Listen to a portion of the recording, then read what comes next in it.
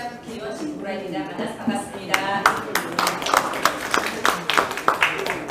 네, 오늘은 문재인 정부의 외교 통일 국방정책 이대로 중국가라는 제목으로 각 분야에 저명하신 분들을 어렵게 모시고 토론회를 진행하게 되었습니다.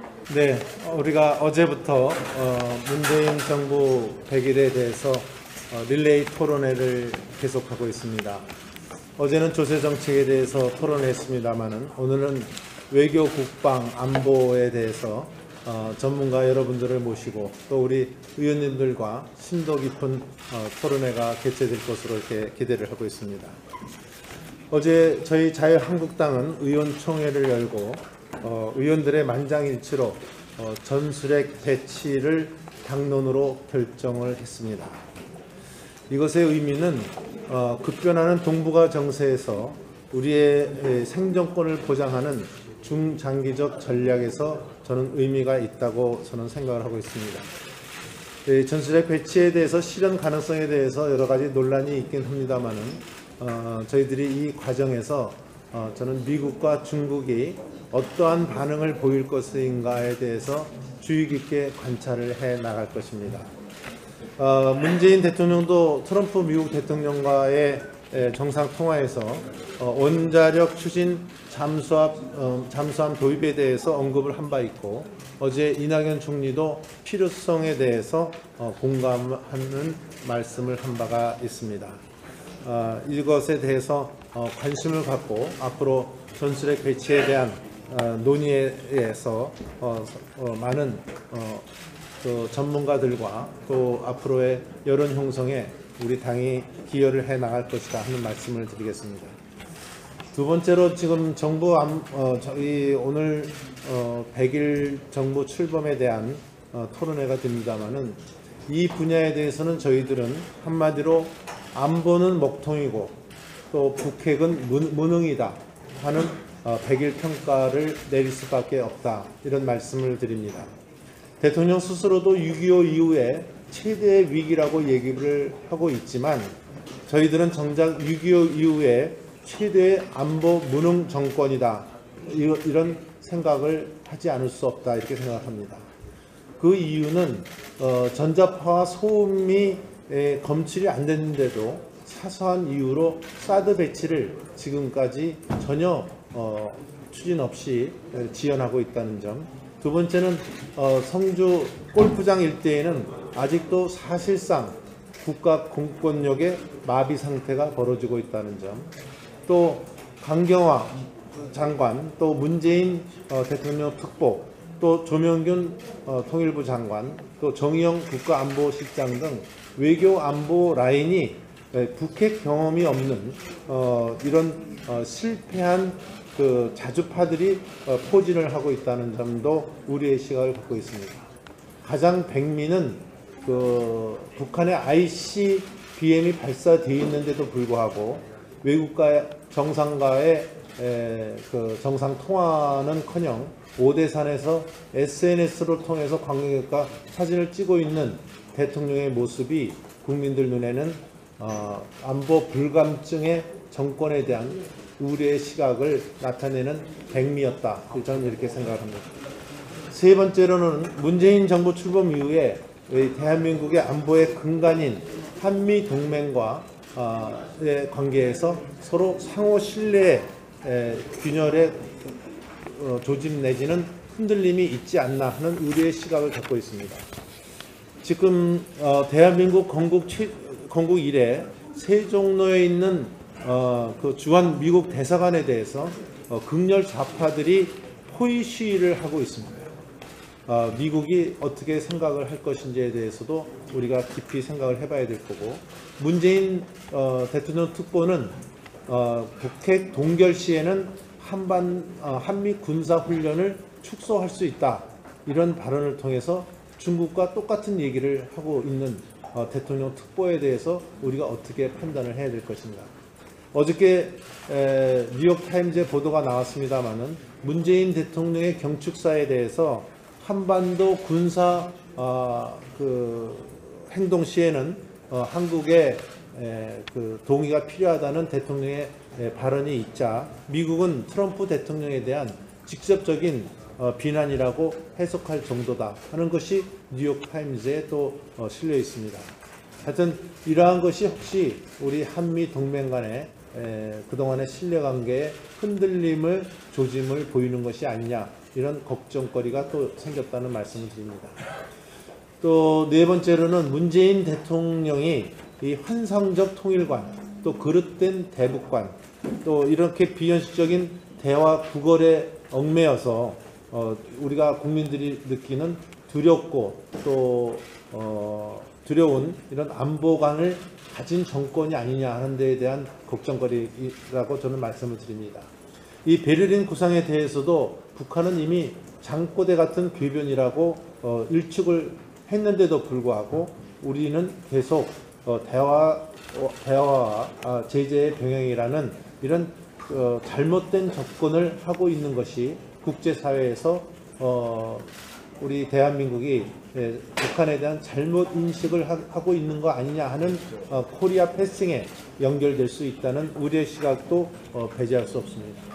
지금 대통령은 한반도 운전자론을 제기하고 있지만 잘못하다가는 어저께 얘기도 나왔습니다만은 운전석은커녕 저는 조수석에도 못 앉는가 했더니 어저께 다른 분들의 얘기는 차에도 타지 못하는 실정이 아니냐, 이런 얘기까지도 나와서 문재인 패싱에 대한 걱정을 하고 있다는 말씀을 저는 드립니다.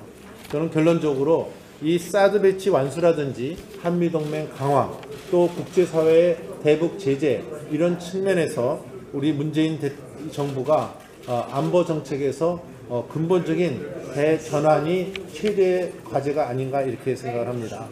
필요하다면 사드 포대, 1개 포대를 추가 배치하는 것도 적극 검토해야 되지 않나, 이런 생각도 갖게 되고요. 또 문재인 정부 내에서 대북 안보 정책을 이끄는 친북 자주파에 대한 저는 인적 쇄신이 필요하지 않나 하는 문제도 제기를 합니다. 우리 자유한국당이 사드 배치, 한미 동맹을 근간으로 한 전술핵 재배치 등 강력한 안보 태세 구축에 최선을 다할 것임을 말씀을 드리면서 오늘 토론을 통해서 우리 전문가 여러분들의 이 국민들이 걱정하는 안보 불감증 정권에 대한 우리의 대책이라든지 향후 방향에 대해서 좋은 말씀을 듣도록 이렇게 하겠습니다. 오늘 이렇게 전문가 여러분들 와주셔서 감사드리고 의원 여러분께도 감사의 말씀드립니다. 고맙습니다. 참으로 소홀하기 짝이 없는 지금의 안보 태세에 대해서 추궁하고 있습니다. 지금 사실 작금의 한반도의 안보 상황은, 특히 한미 동맹을 근간으로 한 우리의 안보 태세는 그 패러다임 자체가 저는 크게 바뀌었다고 생각을 합니다. 한반도의 안보 체계의 패러다임이 매우 크게 전환되었다. 그러니까 52년도 6.25 전쟁 직후에 체결된 한미 상호 방위 조약이라는 것은, 그러니까 한반도의 남한, 국지적인 위협에 대해서 미국이 우리를 군사적으로 도와주는 것이죠.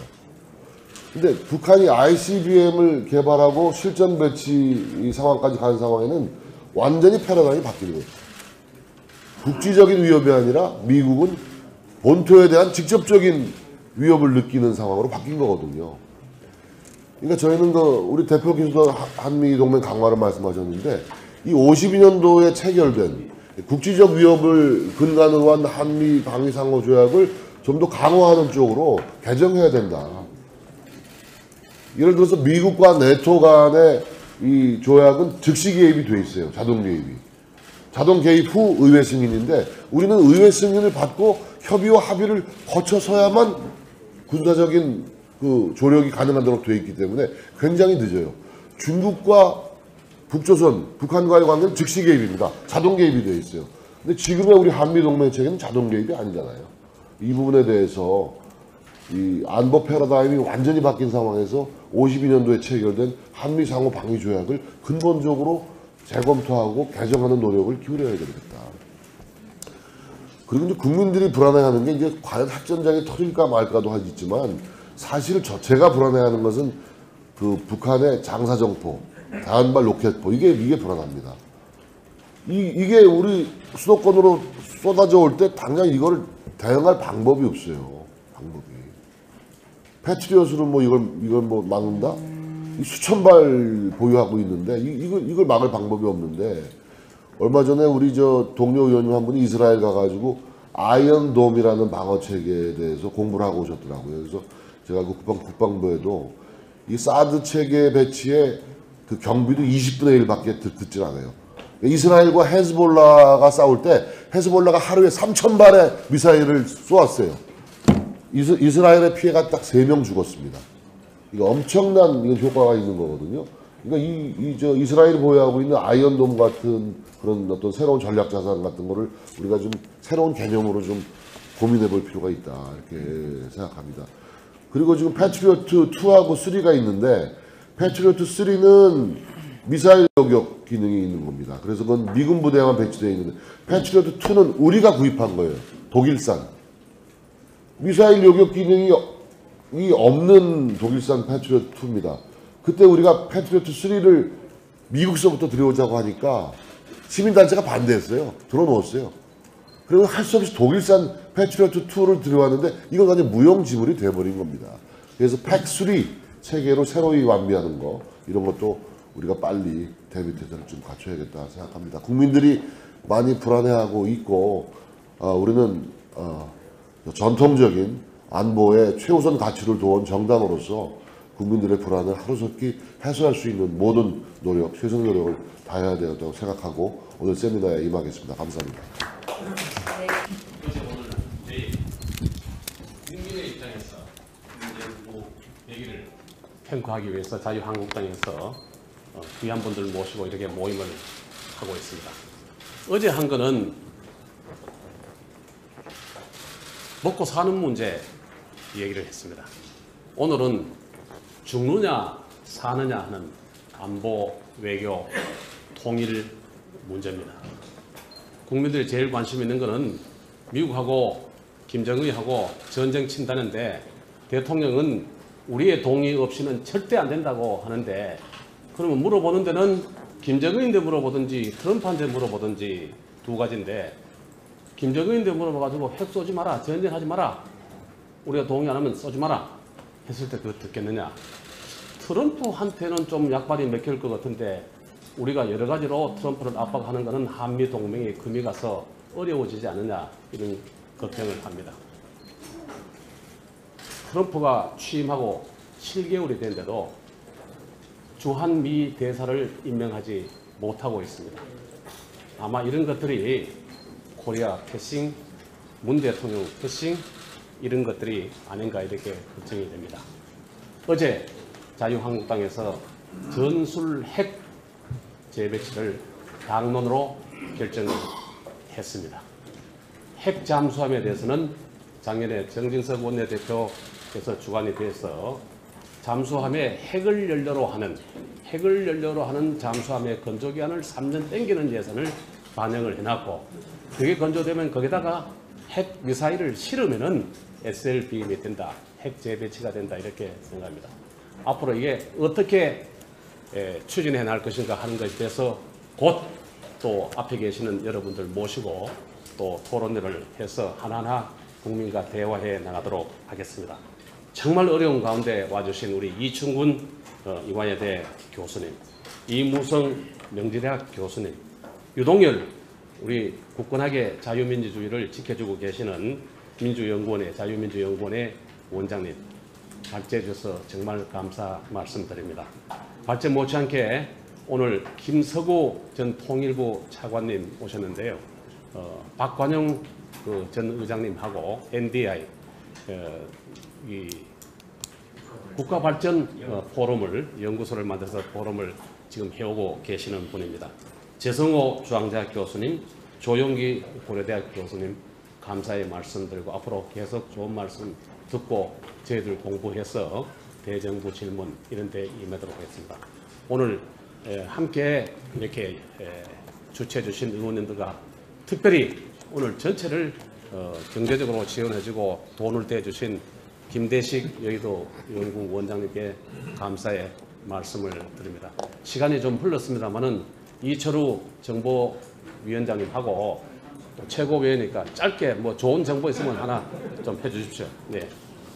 현재 여당과 정부에 맡겨놔서는 나라가 제대로 될 것 같지 않다. 그래서 안보만은 여야 정 협의체를 만들자 이렇게 제안을 해놨습니다.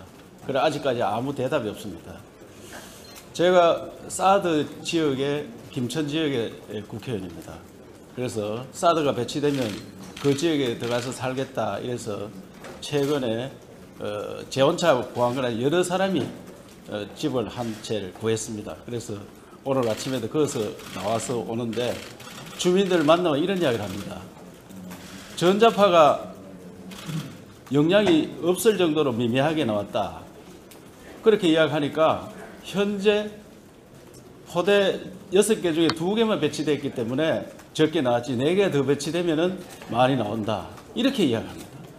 이렇게 주민들을 교육을 시키고 있습니다. 그래서 제가 전자파는 레이더에서 나오는 거기 때문에 레이더는 이미 배치가 되었다. 더 이상 지금 들어가는 거는 철 뭉티기가 들어가기 때문에 철에서 전자파가 나오는 건 아니다. 이렇게 설명해도 아니다 이거예요. 자기들은 그렇게 듣고 있다. 이렇게 논리를 바꿔가면 주민들을 설득해서 어제 국방부 장관이 경상북도를 방문해가 금년 내로는 배치하겠다 이렇게 이야기했는데 또 믿을 수가 없습니다. 그래서 사드 하나 배치 못하면서 어떻게 국방 정책을 밀고 나갈지 정진석 대표가 이야기하는 아이언돔은 고사하고 이것도 하나 못하는 이 정부 어떻게 믿을 수 있겠습니까? 여하튼 우리가 최선을 다해서 비록 야당이 되었지만 나라 지키는 데는 우리가 더 앞장서야 된다고 생각하고 오늘 와주신 전문가 여러분들 고개를 잘 청취해서 우리 대안을 마련하도록 하겠습니다. 감사합니다. 네. 원칙만 몇 가지 말씀을 드리겠습니다. 제가 받은 주제가 한미, 한중, 한일 관계 어떻게 풀어야 하는가, 어떻게 풀어야 하는가라고 그 제목인데 국제정치학의 원칙이 있습니다. 누가 친구고 누가 친구가 아닌지를 판단할 수 있어야 됩니다. 누가 친구냐? 우리나라의 국가 대전략을 지지하는 나라가 친구입니다. 우리나라의 국가 대전략을 반대하는 나라, 그 나라는 친구가 아닙니다. 그래서 이제 한미, 한중, 한일 이 세 나라 중에서 누가 우리의 친구고 누가 우리의 대전략을 지지하고 누가 반대하는지 이거를 우리가 알아야 되는데 그 문제에서 지금 좀 혼선이 많이 있는 것 같은 생각이 듭니다. 그거 얘기하기 전에 먼저 한반도 주변 국제 정세 지금 아주 그 위기가 심한데 위기의 원천은 북한이 미사일을 만드는데 핵미사일을 만드는데 그 미사일이 미국에 도달하게 되었다라는 것이 위기의 본질입니다. 그런데 미국은 북한의 미사일이 미국에 도착하는 것은 결코 허락할 수 없다. 그래서 북한과 미국은 뭐 그냥 흔히 쓰는 표현에 보면은 뭐 서로 마주보고 달리는 열차라고 그랬는데 그거는 국제정치학적으로 틀린 표현입니다. 둘이 크기가 같지 않아요. 미국은 북한보다 한 500배 센 나라로 국제정치학자들이 평가합니다. 500배 큰 놈하고 500분의 1하고 서로 마주 달리고 있다라고 보는 것이 맞다 하는 얘기입니다. 중국은 북한의 입장을 궁극적으로 지지하는 북한의 혈맹이라고 최근에 얘기를 했죠. 그리고 일본은 최근에 북한이 괌을 향해서 미사일을 쏘겠다 그랬더니 자기네가 요격하겠다라고까지 얘기할 정도로 미국하고 찰떡 동맹 상황을 이제 보내고 있습니다. 우리는 여기에 대해서 어떤 지금 상황을 어떤 입장을 가지고 있는지 보겠습니다. 지금 북한이 미국이 북한한테 이것은 하지 말아라고 해놓은 그 소위 말해서 레드라인이라는 게 있습니다. 빨간 줄이라는 뜻인데 그거는 뭐 트럼프 대통령이 있는 것은 아니고 미국의 학자들, 미국의 뭐 예비역 장성들 이런 사람들이 세미나에서 하는 말이죠. 그래서 미국이 북한에게 대해서 이것은 우리가 용납할 수 없다는 것이 1. 장거리 미사일 ICBM 쏘면 안 된다. 2. 핵실험 6번째 거 하면 안 된다는 그 얘기입니다. 지금 북한이 쏜 거는 북한이 그 화성 14호를 ICBM이라고 발표를 했는데 미국이 한 3일쯤 있다가 그래 ICBM으로 쳐주겠다라고 얘기하고서 지금 문제가 진행되는 겁니다. 진짜 ICBM 누가 보더라도 확실한 ICBM은 얘입니다. 얘는 작년 2월 9일 날 북한이 한번 쐈습니다. 그래서 2월 10일 날 박근혜 정부가 계속 문 닫은 겁니다.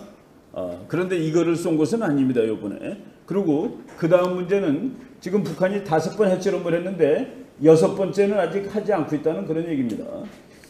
제가 이제 그 트럼프가 대통령 취임을 한 이후에 북한이 미사일을 쏜 거를 쭉 정리를 해봤습니다. 2월 12일부터 7월 28일까지 계속 쐈는데 요 빨간 거는 전부 실패한 사례들입니다. 다 실패를 4번 했고, 그리고 5월 10일 날 문재인 대통령 취임했고 5월 14일 날 북한이 쏜 그 중거리 미사일이 대성공을 했는데 지금 북한이 대성공을 한 다음에 이렇게 파티를 벌였습니다. 자선반대에 물려줄 주체탄이 나왔다. 그리고 뭐 주체적 핵강국 건설사에 특기할 위대한 사변이 터졌다. 그리고 모여서 울기까지 했습니다. 이 사람들이. 우리가 이것을 말로 뺏겠다라고 얘기를 하는데 저 사람들은 저거 성공한 날 모여서 울었다. 그게 무슨 의미인지 이제 우리가 정확히 알아야 되겠다는 그 얘기입니다. 미국은 지금 뭐 말이 점점 험악해지는데 최근에 화염과 분노라는 얘기를 했고, 그리고 어제는 락테드 로디드, 이거는 군사용어입니다. 군사용어 우리가 총 쏠 때 보면은 안전장치 푸는 거, 안전장치 풀고 총알 장전하는 거, 안전장치 풀고 총알 장전되었다라는 군사용어를 지금 이렇게 얘기하고 있는데 미국은 북한까지, 미국 본토까지 북한의 핵미사일이 오는 것을 결코 용납하지 않을 것이다. 무슨 수를 쓰더라도 그것은 용납하지 않을 것이다 라고 우리는 보고 있습니다.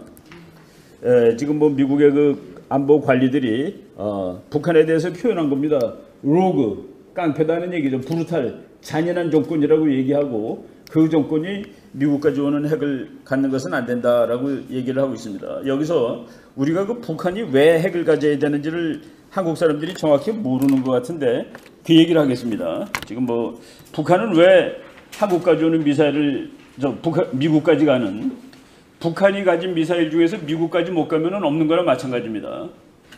그거는 북한이 핵을 만드는 기본 이유가 뭔지를 우리가 자꾸 헷갈리는데, 우리나라 사람들 중에서 북한이 미국까지 가는 핵을 만드는 이유를 미국과 싸우기 위해서라고 알고 있는데, 미국과 싸우지 않기 위해서 북한은 미국까지 가는 핵을 만들어야 됩니다. 지금 북한은 한국을 통일하는 것이 자기네 그 꿈인데, 한국을 통일하기 위해서 제일 반대 세력이 미국입니다. 북한이 한국을 통일하려는 무슨 전쟁이든지 무슨 수를 벌리면은 미국이 반드시 개입하게 되어 있습니다. 그런데 미국 보고 개입하지 말라고 아무리 말을 해도 안 듣기 때문에 북한의 스스로의 실력으로 미국이 개입하지 못하는 그런 상황을 지금 만드는 건데, 여기 그 김정일이가 자기 아버지 살아있을 때 한 말입니다. 수령님 대에 조국을 통일하자면은 미국 본토를 때릴 수 있는 능력을 가져야 한다. 그래야 마음 놓고 조국 통일 대사변을 주동적으로 맞이할 수 있다. 이거가 결정적으로 중요한 언급인데, 미국 본토까지 가는 핵미사일을 만드는 날 이제 북한은 미국한테 협박합니다. 서울을 구하기 위해서 로스앤젤레스 포기할 수 있느냐라고 물어봅니다. 서울을 구하기 위해서 로스앤젤레스를 포기해도 되느냐? 그때 미국이 나 로스앤젤레스 포기하고 서울을 살릴 거야 라고 대답할 거로 믿으면 안 됩니다. 그렇지 않습니다. 우리나라가 부산을 포기하고 다른 나라를 도와줄 수는 없는 일입니다. 바로 이건데, 이거는 그 김정일이가 무슨 핵전략이 대단해서가 아니라 대학교 1학년 학생들도 보는 책에 다 나와 있는 얘기입니다. 키신저가 뭐라고 얘기했냐면은, 어느 나라가 핵무장을 하는 경우 그 나라는 이웃 나라들과 무언의 불가침 조약을 체결하는 효과를 얻을 수 있다. 북한의 핵이 미국에 도달하는 날, 그날 북한은 미국과 불가침 조약을 맺은 상태가 됩니다. 핵우산이, 미국의 핵우산 때문에 우리가 그것을 믿고 있는데, 북한의 핵미사일이 미국까지 가면은 그 핵우산은 찢어진 핵우산이다 라고 얘기하고, 그 다음에 우리나라 국민들이 잘못 알고 있는 것이, 그러면 이제 우리는 북한 핵에 의해서 다 죽게 될 것이다. 그렇지 않습니다. 북한 핵에 의해서 다 죽지 않습니다. 저는 안 죽는다고 확인합니다. 그것도 대학교 1학년 학생들이 읽는 국제정책 교과서에 써 있습니다. 뭐라고 써 있냐면은 모게수 교수라는 사람이 한 말인데, 다투고 있는 두 나라 중 한 나라가 핵무장에 성공할 경우 다른 나라는 전략적 옵션이 두 가지로 줄어든다. 1. 전쟁을 하다가 죽는 거. 2. 미리 항복하는 거. 그래서 북한의 핵 전략은 일단 미국이 한반도 전쟁에 개입하지 못하게 하고 그리고 핵을 통해서 한국을 위협함으로써 항복하게 만들겠다는 그 얘기입니다. 한국은 북한이 천안함 사건 일으켰을 때라든가 연평도 사건 일으켰을 때 확전하지 못했습니다. 핵이 없을 때도 확전하지 못하는 나라입니다. 그런데 북한이 핵을 완벽하게 가졌는데 우리가 북한의 도발에 그래서 저는 학생들한테 우리가 북한 핵에 맞아 죽을 걱정을 하는 것이 아니라 김정일 정권 하에서도 살 수 있느냐를 걱정을 해야 된다라고 얘기하는데 북한의 핵 전략이 이런 이 국제정치학 이론의 기본을 두고 있는 것이라는 그 얘기입니다. 그런데 미국은 그것을 도무지 이제 받아들일 수 없는 상황이라는 그 얘기죠. 받아들일 수 없는 상황이고 지금 이런 김정일을 죽일 수 있는 저런 무기들이 한국에 와 있습니다. 오바마가 저 무기를 아주 좋아했는데 저거를 이제 아무 때나 막 쓰는 것이 아니라 대통령이 재가를 받아야 될 경우가 있는데 오바마가 저거를 1000번 사용하라고 사인을 했습니다. 그래서 죽은 아랍 테러리스트들이 3000명에 이른다. 그런데 오바마는 저것을 사인할 때 눈도 깜짝하지 않았다라고 책에 이렇게 써 있습니다. 지금 우리가 이제 크게 보면은 중국도 미국이 손보는 대상으로 들어갔습니다. 원래 트럼프의 목표는 중국을 이제 무릎 꿇리는 것이죠. 중국의 패권 도전은 무릎 꿇리는 건데 크게 말하면은 북한 문제가 불거졌습니다. 처음에 북한 문제를 자기 스스로 해결할 것처럼 하다가 3월 달부터 중국을 끌고 들어가죠. 북한은 대단히 나쁘게 행동하고 있다. 그들은 수년 동안 미국을 가지고 놀았다. 중국은 아무런 도움도 주지 않았다. 중국을 북한 문제에 끌고 들어가고 여기서부터 한 2-3 달 동안 트럼프는 중국이 북한 문제를 해결해 주면은 중국에 대한 경제 제재를 대폭 완화시키겠다 하는 그런 제안을 했는데 결국은 들어주지 않은 거로 지금 가고 있습니다. 그래서 그 시간이 끝날 무렵에 100일이죠. 100일 끝날 무렵에 미국이 북한을 불과 분노 이런 얘기하고 있는 겁니다. 미국 사람들은 텔레비에 나와서 김정은 죽이라는 얘기를 쉬지 않고 하고 있습니다. 우리나라하고 분위기가 완전히 다르다는 그 그림만 보여드리겠습니다. 쭉 그냥 시간이 짧으니까 넘어가고요. 미국에서 재미있는 거가 트럼프를 미국 언론들이 아주 싫어하는데 미국 언론들 특히 이제 CNN에서 야 그걸 중국한테 의존해서 해결될 문제냐라고 트럼프한테 시비 걸고 있다는 그런 얘기입니다. 그러니까 트럼프를 몰아가고 있어요. 오히려 트럼프를 싫어하는 사람들이. 그래서 CNN 방송에서 클린턴 대통령의 국방장관 윌리엄 페리가 나와서 북한 문제를 중국에 의존하는 것은 말도 안 되는 일이다라고 이렇게 비난 방송을 한번 한 적이 있습니다. 예. 그리고 요새 이제 미국에 나오는 만화 보면은 중국은 북한 핵을 하나도 이거 귀엽지 않아라는 그 만화가 이렇게 나와 있습니다. 예, 사드 문제 우리가 너무 그런 얘기니까 이건 일단 패스하고 중국이란 나라, 우리나라 사람들이 특히 박근혜 대통령이 중국을 통해서 무엇인가를 해보려고 그랬었는데 이 그림 아는 사람 별로 없을 것 같습니다. 저는 해군 참모총장 두 분한테 들은 얘기입니다. 중국이 124도선을 거놓고 거기에 우리 해군이 이쪽을 넘어가게 되면 와서 들어가라고 그런답니다. 바다에다 근거놓은 나라는 지금 지구상에 중국밖에 없는데 저렇게 거놓은 거 보면은 중국이 서해 바다의 72%, 한국은 28%밖에 안 걷게 되죠. 제가 작년에 쓴 책인데 우리가 지금 이 큰 제목이 중국, 일본, 미국인데 이 두 나라가 지금 싸우고 있습니다. 두 나라가 싸우면 우리는 어떻게 해야 되느냐? 아주 노골적으로 말하면 이길 편에 붙어야 됩니다. 이기는 편에 붙어야 되는데 그럼 누가 이기는지를 공부하는 것이 국제정책인데 이거는 거의 100% 미국이 이기는 겁니다. 우리나라는 지금 특히 우리나라만 중국이 미국을 이길 수 있다는 견해가 팽배한 나라인데 그거는 국제사회에서는 그런 견해는 지금 거의 없습니다. 당연한 얘기죠. 우리나라에서 중국에서 제일 오래 하신 분 얘기 마지막 페이지인데 진부한 얘기 같은데 우리에게 제일 중요한 나라는 미국이다. 지구상 어떤 나라도 미국을 대신할 수 없다. 앞으로 상당 기간 변화없다. 중국과 일본으로서도 제일 중요한 나라가 미국이다. 미국만이 한국의 통일 그리고 한반도의 통일 이것 쪽으로 지향하는데 지금 북한이 미국한테 하는 말은 뭔지 아십니까? 내가 통일해도 괜찮지 않냐? 네 편 될 텐데 올면 봐라. 네가 공산국가 통일시켰는데 결국 네 편 되지 않니?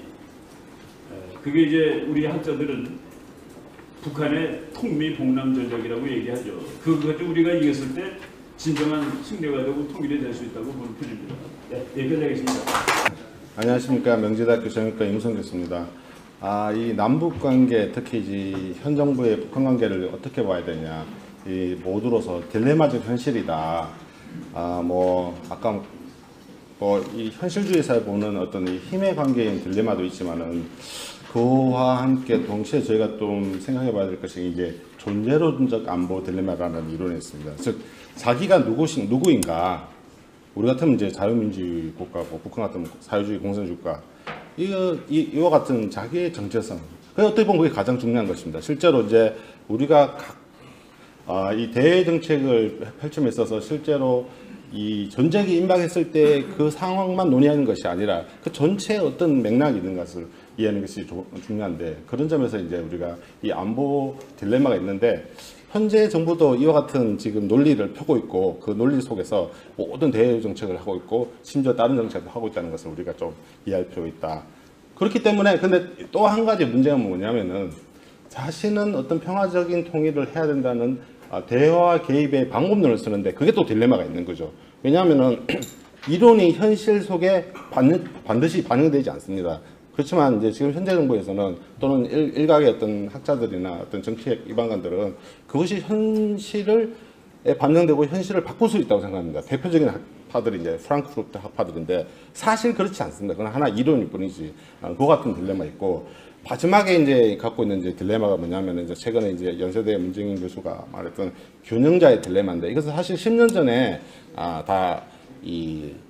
적용되지 않는 딜레마라는 것을 저희가 학자들이 많이 논의했습니다. 왜냐하면 우리나라는 스몰 스테이트입니다.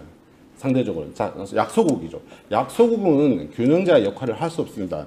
균형자의 역할을 하려면은, 예를 들어서 유럽의 경우에 뭐 네덜란드나 벨기에나 이런 국가가 균형자 역할을 하려면은 전제 조건이 있는데, 현재 남북한의 관계나 이 한반도의 주변의 사강 관계는 이런 균형자의 역할을 할 수 있는 그런 전제 조건이 형성되지 않았습니다. 그렇기 때문에 이와 같은 딜레마가 있기 때문에 우리가 남북 관계를 봤을 때 왜 이렇게 하지 하는 그런 질문이 생길 수 있다라는 것이 제 시작입니다.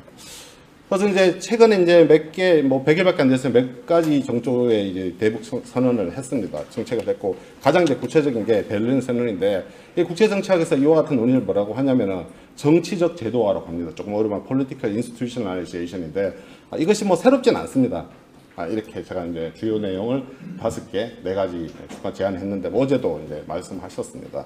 근데 이와 같은 논의가 완전히 말도 안 된다, 그렇지는 않습니다. 의의와 한계점이 있는데, 우리는 2가지 점을 다 한번 이해해 볼 필요가 있습니다. 첫 번째, 이 의의라는 것은 사실 탈냉전 이후에 있어서 국제 정치를 이해하거나 국제 관계를 이해했을 때, 우리가 국가주의 체제, 즉 국가주의 체제에서 가장 중요한 것은 물리적 생존인데, 이와 같은 논의에서 벗어나서 탈국가적 체제의 논의 속에서 새롭게 국제 정치를 바라보자라는 논의가 규범주의라고 합니다. 규범주의라는 것은 우리가 말하는 종교적이나 윤리적인 것이 아니라, 그런 사람이 이런 겁니다. 길 가다 넘어졌는데 어떤 사람이 넘어졌어요.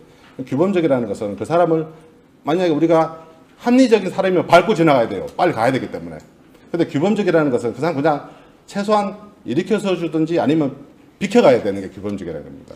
그와 같은 논의를 받아들였다는 점에서는 의의가 있습니다. 근데 이와 같은 논의는 단기간에 어떤 5년만 일어나는 것이 아니라 최소한 60년, 50년 아주 긴 시간을 통해서 일어나는 것인데, 지금 현 정부는 그런 일을 너무 지나치게 집착하지 않고 있나라는 건데, 물론 이와 같은 논의가 상당히 적합성의 논리가 있지만 실제로 결과를 초래할 수 있는가라는 결과성의 논리를 봤을 때는 여전히 한계가 있습니다. 두 번째, 또 하나는 의의는 최근에 이제 이 대통령 선거하면서 이제 이 노무현 정부 때 있을 때 이 유엔의 안보 인권 이 결의안에 대해서 반대한 것에 대해서 많은 비판을 받고 그 후에 이제 얘기를 했습니다. 그렇게 하지 말자 하는 게 그 같은 논의인데, 어떤 그런 점에서 최근에 얘기했던 인도적 지원과 인권 정치를 분리하는 것은 나름대로 의의가 있습니다. 왜냐하면 인권 정치가 문제가 생긴 것은 북한이 전체주의 국가이기 때문에 독재주의 국가죠. 그 독재주의 국가가 생기는 장기적 효과로 생기는 인간 불안보의 결과이기 때문에, 그것은 우리가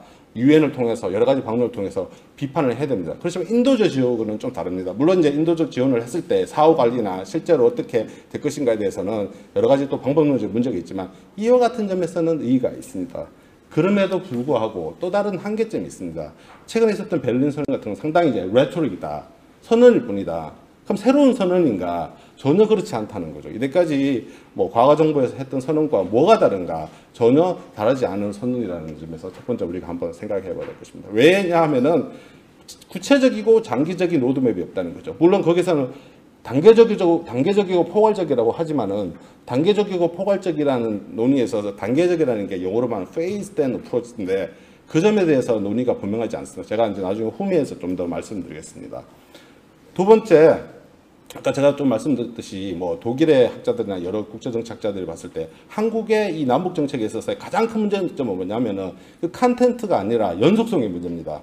근데 사실 지금 보면은 현 정부가 논의하는 데 있어서 마치 한 100년 정도 이 정권 잡을 것 같이 얘기했습니다. 하지만은 헌법에 의하면 5년밖에 허락하지 않습니다. 5년 후에는 어떤 정권이 잡을지는 아무도 알 수 없습니다. 심지어 같은 예를 들어서 뭐 진보 정권을 잡는다 하더라도 대통령이 바뀌면 전혀 정책이 바뀌는 그런 우리나라의 속성상 연속성의 문제에 대해서 전혀 생각하지 않은 분명한 한계점이 있다. 그 다음에 이제 이렇게 대화 개입을 한다 보면은 우리가 이제 사회적 학습을 통해서 북한이나 남한이 서로 적이 아니다라는 그런 이제 단순한 심플 소셜 러닝을 추구하는데 사실 그렇지 않습니다. 캐도나 6자회담을 봤을 때 남북한 관계 또는 심지어 이제 6자회담에 참여했던 사람들이 얘기하는 많은 학자들의 논의는 컴플렉스 소셜 러닝, 즉 자신의 기저, 자기가 누구인지를 바꾸는 수준의 사회적 학습이 일어나지 않았다는 게 우리의 분석의 일반적인 논의입니다. 단순히 전략이나 그들의 전술이 바뀌었지 절대 그렇지 않다는 게 일반적인 이 분석의 결과였기 때문에 그와 같은 점에서 봤을 때 현재 정부에서 말하는 어떤 대화의 개입의 논의는 이와 같은 결과에 대해서 아직까지 충분히 논의가 안 됐다는 데서 의미가 있다. 그리고 마지막으로 얘기했을 때 남북관계를 마치 인과관계를 보는 이는 조금 어려운 말로 이걸 실증주의 논의라는데 인간관계로 보는 거예요. A가 있기 때문에 B가 해결됐다. 그래서 A라는 정부가 비핵 개방 3천이라는 정책을 썼기 때문에 남북관계가 경색됐고 또는 그렇지 않기 때문에 가능하다라고 생각하는데 사실 그렇지 않습니다. 그와 같은 논의도 하나의 논의지만 현재 남북한의 관계는 구성적 관계다. 여러 가지 복합적 요소들이 구성적으로 발생되는 거지 그렇게 인과관계 즉 하나의 이 리니어한 구성관계가 되지 않는데 그와 같은 복잡한 논의를 너무나 정책적으로 논의하다 보니까 단순화함으로써 문제가 생기는 한계점이 있다고 볼 수 있습니다. 구체적으로 이제 두 번째 북핵의 대응인데 뭐 아까 여러 말씀을 하셨지만은 북핵이라는 게 과연 그러면은 이 생존 이제 국제정치 특히 현실주의가 얘기하는 생존이 목적으로 바라봤을 때는 상당히 이게 이제 cost benefit analysis 했을 때 효과적이라는 겁니다. 뭐 데이빗 강이나 빅토차도 얘기했듯이 핵을 값싸게 만들어서 그걸 통해서 모든 문제를 해결할 것처럼 보이지만 사실 그와 같은 논의는 지나치게 국가주의 순전론에 기반한 논의고 북한이 핵을 만드는 이유는 뭐냐면은 자신이 강성대국인 것. 즉 자신이 계속해서 국제사회에서 왕따를 당함으로써 그들이 생각하는 어떤 뭡니까? 이 아리랑 페스티벌에 나왔듯이 그들의 어떤 이 현재의 고통이 미래에는 보상받는 마치 기독교 정신과 비슷합니다. 현재의 고난을 통해서 미래에는 천국이 없거든. 즉 북한이 현재 이와 같은 이 굶주리고 경제적으로 힘들고 인권이 문제가 있지만은 이런 강성대국의 어떤 핵 개발을 계속 통해서 국제사회에서는 계속해서 최후의 사회주의 보류, 최후의 어떤 이 전투로 전사자로서 자리매김함으로써 그들의 정권 안정과 그러면서 국제사회에서의 레커니션 게임이라고 하는데 인식을 받을 수 있는 가장 효과적인 방법이 되는 이 북핵을 개발하는 겁니다. 물론 그것이 북한의 핵을 쓸 건지 안 쓸 건지를 물어보는 게 아니라 여기서 중요한 맹점은 북한은 핵을 절대로 그렇게 되면 포기하지 않습니다. 즉 북한은 핵을 포기하는 순간 종국적으로 내가 누군지가 없어지는 겁니다. 나의 존재가 없어지는 겁니다. 즉 생존이라는 것은 목적이 아니라 아주 수단일 수밖에 수단으로만 바라보는 하나의 의미인데 이와 같은 거에 대해서 현 정부가 제대로 이해하지 못한다고 하는 것이 가장 큰 문제라고 볼 수 있습니다. 물론 그래서 이제 이 나온 대표적인 논의가 뭐 요즘에 신문상에서 나오고 있지만 전술핵 배치입니다. 전술핵 배치를 통해서 무엇을 얘기하고 싶어 하냐면은 이걸 뭐 사용하는 것이 아니라 결국은 대화를 하든 개입을 하든 뭐 통제를 하든 대칭적 수준에서 모든 논의가 가능할 수 있습니다. 근데 현재로는 남북한은 비대칭적 어떤 이 파트너로서 존재하기 때문에 이 상황에서는 어떤 진전도 있을 수 없다는 것이 우리가 이해해야 되고 현 정부도 그거에 대해서 새롭게 한번 생각해 볼 필요가 있다라고 생각합니다. 사드 문제 같은 경우는 이제 물론 북핵 문제하고 관계가 있지만 상당히 우리나라에서 이 정치 문제화되어 있습니다. 우리 이제 정치라는 게 정치가 있고 정치 문제화가 있고 이것이 더욱더 이제 심화되면 안보 문제화라고 하는 논의가 있습니다. 그걸 시큐리타이제이션이라고 하는데 사실 우리나라에서는 어떻게 보면 정치 문제와 안보 문제화의 어떤 중간 단계에 있습니다. 이와 같은 현상이 있으면 어떤 현상이 논의가 있으면 어떤 현상이 발생하냐면은 극단적인 방법 또는 상계에 벗어난 방법으로 어떤 문제를 관철시키려고 하는 형태가 정치적으로 나타납니다. 사실 우리나라에서도 보면은 사드 문제나 이런 거 보면은 이게 국회가 있고 정부가 있는데 보면 시민단체에서 모든 것을 하는 논의를 합니다. 이게 바로 정치 문제화인데 그럼 왜 이것을 정치 문제화 하느냐 하면은 이것이 바로 현 정부나 또는 현재 진보 단체에서 바라보는 자신이 누군지를 설명하고 보여주는 데 가장 효과적인 방법이기 때문에 이와 같은 논의를 한다고 보고 있습니다. 이와 같은 논의에 대해서 이해를 하지 않고 단순히 뭐 그들의 논의는 비합리적이거나 그들의 논의는 이상하다고 얘기하면 안 되고 지나치게 합리적이고 자기 이익에 충족하는 정치 문제에 대해서 우리도 똑같은 그와 같은 논의를 이해할 필요가 상당히 중요하다라는 것입니다. 그리고 마지막으로 이제 이 사드 문제에서 달려 있는 게 이제 중국과 미국의 이 관계인데 어떻게 보면 우리가 이제 미국하고 연합하고 중국하고 친하게 지내자고 하는데 그게 사실 어렵죠. 왜냐하면 이게 사드 문제라는 것은 정치 문제가 되어 있는 군사안보 문제입니다. 군사안보 문제는 자아와 타자를 구분되어 있는 어떤 특징을 갖고 있습니다. 데이비드 캠버라는 학자가 이와 같은 논의를 많이 했는데 이것은 이후에 뭐 구성주의자들 논의했듯이 우리가 서로 사회적 학습을 통해서 자아가 타자가 되거나 타자가 자아가 되지는 않습니다. 이와 같은 분명한 상황이 있기 때문에 마치 이 현 정부에서 자아와 타자가 어떻게 이렇게 대화를 하고 계속 개입을 하면은 미중 간에 서로 이렇게 친밀 관계가 되고 남북의 사드 문제를 이렇게 이해해주는 그런 사회적 학습이 있을 거라고 생각하는데 그것은 지나치게 뭡니까? wishful thinking이다. 라고 생각을 부르고 있습니다. 왜냐하면은 지금 현재 미국과 중국 간에는 서로 리밸런스를 하느냐라는 파워 컴피티션이 있고 동시에 내가 강대국이라는 아이덴티티 컴피티션을 갖고 있기 때문에 상당히 어렵습니다. 특히 아이덴티티 컴피티션이 있을 경우는 절대로 자신의 아이덴티티를 포기하지 않는 그런 특징이 있습니다. 대표적인 케이스가 이스라엘 팔레스타인 경우도 똑같은 경우입니다. 마지막으로 경제협정 논의 아직 이제 얘기는 하지 않았지만 이제 베를린 협정에서 얘기했습니다. 경력을 통해서 정치적 공정을 논의하는데 이것은 대표적으로 유럽의 이제 기능주의를 바탕으로 해서 파급 효과가 있으면은 경제적 협력이 정치적 협력으로 일어난다고 하는 이제 어니스트 하스의 논의를 바탕으로 10년 전에 논의했습니다. 그렇지만 이와 같은 논의를 했지만은 이것을 국제사회에서 실증적으로 증명한 케이스는 하나도 없습니다. 불행하게도. 이게 남북한 문제뿐만 아니라 팔레스타인, 이스라엘 문제 또는 남북핵 문제 여러 가지 케이스를 학자들이 연구해봤지만은 아직까지는 이론일 뿐입니다. 근데 그와 같은 이론을 실제적으로 정책적으로 적용한다는 것은 상당히 신중성을 가져야 되는데 지나치게 이 성급하다는 것을 우리가 봐야 됩니다. 근데 이와 같은 것이 일어나려면 전제 조건이 있는데 이 실제로 통합을 논의하는 정치 체제 간의 양립성이 있어야 돼요. 정치, 경제, 사회 체제에서 양립성이 있는데 우리하고 북한은 양립성이 전혀 존재하지 않습니다. 우리는 자유주의 국가고 북한은 사회주의 국가. 우리는 예를 들어서 뭐 자본주의 국가고 그들은 예를 들어서 공산주의 국가입니다. 이와 같은 양립성이 없는 점에서는 1940년대 칼 도이치도 얘기했습니다. 절대 일어나지 않는다. 그렇기 때문에 일어나지 않는 것을 우리가 계속 주장하고 있는데 주장한다고 정책이 되는 것은 아닌 것을 우리가 얘기할 필요가 있습니다. 마지막으로 경제협력이 정치협력으로 이루어진다는 논의인데 이것은 중요한 한 가지 단계, 즉 phased in approach에서 한 가지 단계를 빼먹었습니다. 즉 뭡니까? 경제적 협력이 경제적 통합으로 일어나야 되고 경제적 통합이 정치적 협력으로 일어나고 있습니다. 경제적 통합에 있어서 가장 대표적인 케이스가 유럽연합입니다. 근데 지금 오늘날의 유럽연합을 보십시오. 경제적 통합이 일어났지만 정치적으로 와야 되는 즉 디스인테그레이션이 일어나고 있습니다. 브렉시트이 일어나고 그죠? 여러 가지 문제가 있는데 이와 같은 선언적 모델이 작동하지도 않는데 우리가 그것을 성급히 논의하는 것은 좀 신중할 필요가 있지 않나라고 생각합니다. 마지막으로 결론에 가서 우리가 어떤 결론을 해야 되냐? 규범적 논의입니다. 즉 우리가 누구인가?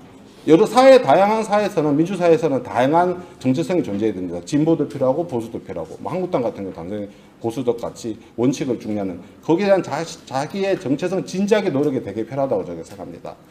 그에 따른 원칙과 명분의 확산이 되는 게 중요하고, 두 번째, 실질적 방법론의 한미동맹의 강화와 한반도 전술핵 배치를 본격화할 필요가 있고, 그를 위한 정치적 제도가 필요하다.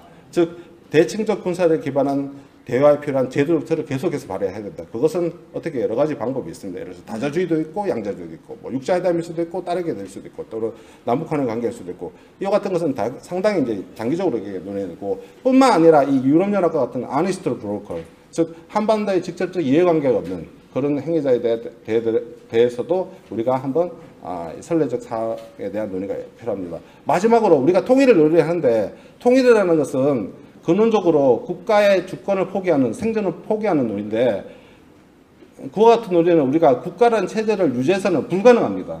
근데 국가의 체제를 유지하면서 통일을 논의하는 게 좀 어려운 말로 국가주의적 존재 논의라는데, 그와 같은 존재론 입장에서 계속해서 현 정부가 남북한 통일 여러 가지 정책을 논의하는 것은 앞뒤가 맞지 않는 논의라고 저는 생각합니다. 네, 마치겠습니다. 간략하게 지금 자료집에는 저 발제문이 들어있지만은 그 파워포인트를 간략하게 작성해봤습니다. 첫째는 지금 문재인 정부 출범 100일 이 안보 정책은 어떠한에 대한 간단한 평가를 좀 해보고요. 사드 문제 말씀 올리겠습니다.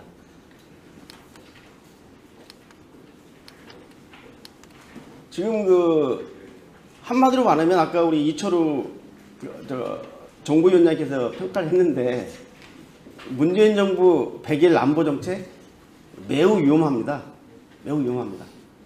이대로 좋은 게 아니고 매우 위험한데, 첫째는 뭐냐면 북한이 지속적인 그 비타협적인 군사 모험지를 통해서 전쟁 공세를 하는데, 우리 정부는 현재 계속 대화를 구걸하고 있습니다. 대화를. 이 대화 구걸이 왜 문제냐면은 지금 북한의 핵실험이라든지 연이은 탄도미사일 발사에 대해서 국제사회가 강력한 대북 제재 국면에 들어가 있습니다. 이 국제사회가 한반도의 평화를 위해서 대북 제재 공조를 하고 있는데, 우리 막상 당사자인 대한민국은 이에 역행을 하고 있습니다. 지금 그 베를린 선언이라든지 또 이번에 8.15 경축사에서 보듯이 여전히 대화에 미래를 보이고 있어요. 저는 그 10년 전부터 얘기했습니다. 북한의 주체 사상과 이 선군 사상이 지배하는 이 김씨 집단 체제에서는 북한하고 대화해서 한반도의 문제를 풀자는 것은 딱 두 불입니다. 또라이 아니면 이 종북 세력입니다. 정말 대화를 통해서 북한하고 이 문제, 한반도 문제를 해결하겠다? 이 제대로 학습을 하시는 분 같으면은 지난 70년 동안의 남북관계를 보세요. 김씨 집단이 아닌 다른 집단이 들어서는 몰라도 김씨 집단 체차에서는 대화를 통해서 한반도 문제 절대 해결 안 됩니다. 그런데 여전히 짝사랑을 하고 있다는 게 문제죠. 그 다음 두 번째, 말로는 한미동맹을 외칩니다. 한미동맹을 강화한다, 중요시한다. 말로는 한미동맹을 강화하면서 문재인 정부는 한미동맹에 역행하는 일을 하고 있어요. 예를 들면은 지금 국제공조의 이 일직선상에서 같은 코드를 맞추면서 북한을 압박할 때는 압박을 해줘야 되는데, 지금 우리 동맹은 북한을 압박하자고 나서는데, 문 대통령이 어제 8.15 경축사 보시기 바랍니다. 그제 우리 동의 없이는 절대로 한반도에서 군사성행도 안 된다. 그건 희망사항이죠. 미국이 하겠다는데 무슨 소리로 우리가 미국을 막습니까? 이 말로는 한미동맹을 강조하고 또 정상회담에 가가지고 제일 먼저 장전호 전투 기념탑 방문하고 하면서 실제 말은 그렇게 하는데 행동은 전혀 한미동맹을 강화하는 쪽으로 나가고 있지 않다는 것을 보여주는 거죠. 그 다음에 지금 대북 지원을 얘기할 때가 아니잖아요. 개성공단 열겠다. 한반도 신경제제도를 내세우면서 북한을 돕겠다. 여기에 미련을 안 버리고 있는데, 이런 거 가지고 북한 김정은이가 우리 대한민국을 어떻게 생각하겠습니까? 지금 현 정부가 펼친 이 안보, 100일 동안의 안보 정책은 저는 다른거 말합니다. 반안보 정책입니다. 지금 사드 배치 지금부터 말씀 올리겠지만 오락가락하고 있죠. 그 다음에 지금 더 무서운 핵폭탄이 기다리고 있습니다. 이게 뭐냐? 문재인 정부가 임기 내에 달성하겠다는 전시 작전 통제권의 전환입니다. 이건 사드는 우리 몸에서 한 부분이라 한다면 전시 작전 통제권은 이것은 대한민국의 국가안보에 강력한 디터런스, 억지력을 갖다가 무너뜨리는 핵폭탄이에요. 이걸 임기내에 지금 하겠다. 전시작전권 전환은 한미연합사의 해체고, 한미연합사 해체는 바로 이제 아까 우리 정유석 의원님도 말씀하셨는데, 이 자동 개입 조항이 없지만은 이 나토와는 달리 우리 대한민국 한미 방위조약에는 자동 개입 조항이 없지만 바로 한미연합사가 있기 때문에 자동으로 개입하는 거예요. 북한이 남침을 해오면 직접 대응을 전시 교전 조치를 하기 때문에. 근데 그 안전판을 갖다가 지금 없애자는 게 전시 작전 통제권의 이게 전환이거든요. 그 다음에 지금 안보 적폐세력 청산한다고 그래가지고 난리를 치고 있습니다. 여러분, 좀 국정원의 대공수사권을 갖다 폐지하겠다 하고, 국정원의 체제 수호 활동의 일부 좀 남용된 걸 가지고 적폐로 몰고 하는데, 여기 기자 여러분들 계시니까 제가 팁을 하나 드릴게요. 지금 그 사이버 댓글 문제 가지고 지금 난리를 치고 있는데, 국정원에 사이버 심전처라는 사이버 심전하는 부서가 생긴 게 언제인지 아십니까? 제 기억으로는 2006년도 3월입니다. 바로 노무현 정부 때예요. 노무현 정부 때 사이버 심전처, 바로 요새 말하는 댓글 부대 운영하는 이 부서가 생겼어요.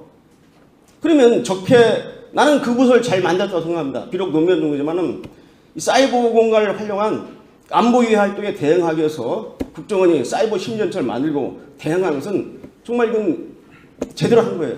그런데 이걸 갖다가 지금 적폐로 몰아가지고 난리를 치고 있는데, 문제를, 이게 적폐라면은 노무현 정부 때부터 조사를 해야 되죠. 왜 이런 걸 만들었냐고.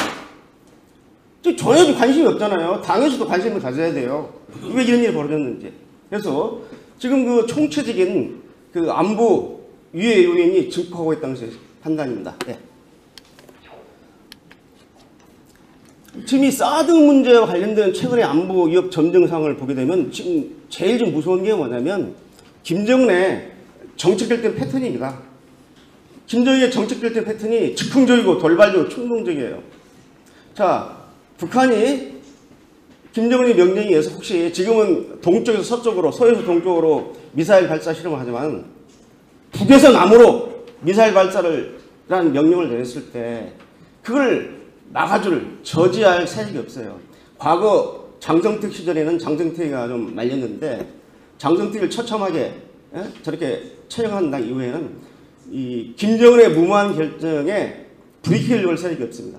이게 바로 한반도의 분위기입니다. 따라서 지금 제일 무서운 것은 바로 이 김정은의 충동적 결정입니다. 이걸 막을 세력이 없거든요. 그런데 지금 대한민국은 어떤 상황이냐? 안보 불감증이에요. 지금 미국도 지금 이 한반도 상황을 유지하고 보고 있는데, 월책전을 한번 보세요. 대한민국 국민들은 서울시민 매우 침착하다. 사재기도 없고, 뭐 현금 인출 사태도 없고, 해외 도피하는 사람도 없고, 이 성숙된 시민의식이냐? 정말 이게 성숙된 시민의식이면 정말 안도가 놓이는데, 이라는 것들은 성숙된 시민의식이 아니라, 제가 그렇다고 해서 안보 불안을 높이자는 게 아닙니다. 적절한 안보적 현상을 분명히 알아야 되는데, 지금 현상은 뭐냐면 안보 불감증의 만연이에요. 이게 북한의 핵폭탄보다 더 무서운 겁니다. 자, 이런 식으로 있고, 그 다음에 사드 문제는요, 여기 다 전문가들입니다. 제가 뭐 사드 문제를 설명할 필요가 없을 정도로 전문가이기 때문에 그냥 간략하게 2분 정도 넘어가겠습니다. 현실적으로 지금 현재 전 묻고 싶어요. 이 문재인 대통령한테. 북한이 핵을 탑재하거나 또는 화핵을 탑재한 탄도미사일을 갖다 고고도로 청와대를 향해서 날렸을 때 어떻게 할 겁니까? 중고도 저고도는 팩시리도 있고 막을 수 있는 미사일 요격체제가 되어 있지만은 고고도로 마 26을 넘는 속도로 내려오는 이걸 뭘로 막습니까? 사드 이외에는 방법이 없지 않습니까? 그러면 지금 이 문재인 정부가 사드 배치를 반대한다고 했다가 또 대선 때 여론이 안 좋으니까 찬성한다고 했다가 또 여론이 안 좋으니까 또 재검토하겠다. 국회 부의진을 거치겠다. 그러다가 또 뭐 대통령 된 후에는 환경영향평가 또 사드 반입 누락을 문제 삼아가지고 또 미국 갔다 와서는 또 사드 배치 철회하는 게 아니다 라고 해놓고 그 전날 말이죠. 북한이 ICBM 발사하기 전날 그날 아침에 오전에 환경영향평가 일반 영향평가 이렇게 됐다. 1년 넘거든요. 그러다가 7월 28일 날 ICBM 화성 14형 2호 발사가 되니까 즉시 사드 배치하겠다. 그때가 7월 28일 날이에요. 오늘이 지금 8월 17일입니다. 즉시 배치한다는데 20일 동안 지금 사드 배치할 지금 계획도 없어요. 이게 지금 제대로 된 정부입니까? 이걸 저는 강력하게 비판하는 겁니다. 뭐 다 생략하겠습니다. 이게 다 뭐 아시는 내용들이니까. 이거 하나는 좀 여러분들 봐주세요. 지금 우리 노무현 대통령도 그랬고 우리 내부에는 뭐라고 되냐면 북한 이 핵이나 미사일을 가지고 설마 동족인 우리를 겨냥하겠느냐. 미국이 북한을 못살게 보니까 생존 차원의 자유 차원에서 핵이나 미사일 개발한 것이다 라고 얘기를 하는데 이 노동신문에 남아있는 선전 포스터 하나면 끝납니다. 여기 보시면 타격 목표는 명백하다고 했잖아요. 타겟 is clear. 이 타겟이 워싱턴 미국이죠. 오른쪽 도쿄 일본이죠. 대한민국 서울이 주체조세란 미사일 타격 목표입니다. 지금 설마 북한이 동족인 우리를 죽이겠냐 하는 이런 논리는 이 선전 포스터 하나면 그냥 끝나는 거예요. 그것은 정말 위험한 사고입니다. 사드 배치 허구성도 뭐 제가 말씀 안 드려도 다 이렇게 생각하고 결론으로 넘어가겠습니다.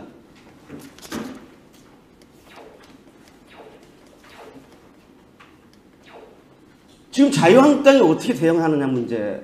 지금 10분인데 제가 10분을 덜 쓰려고 합니다.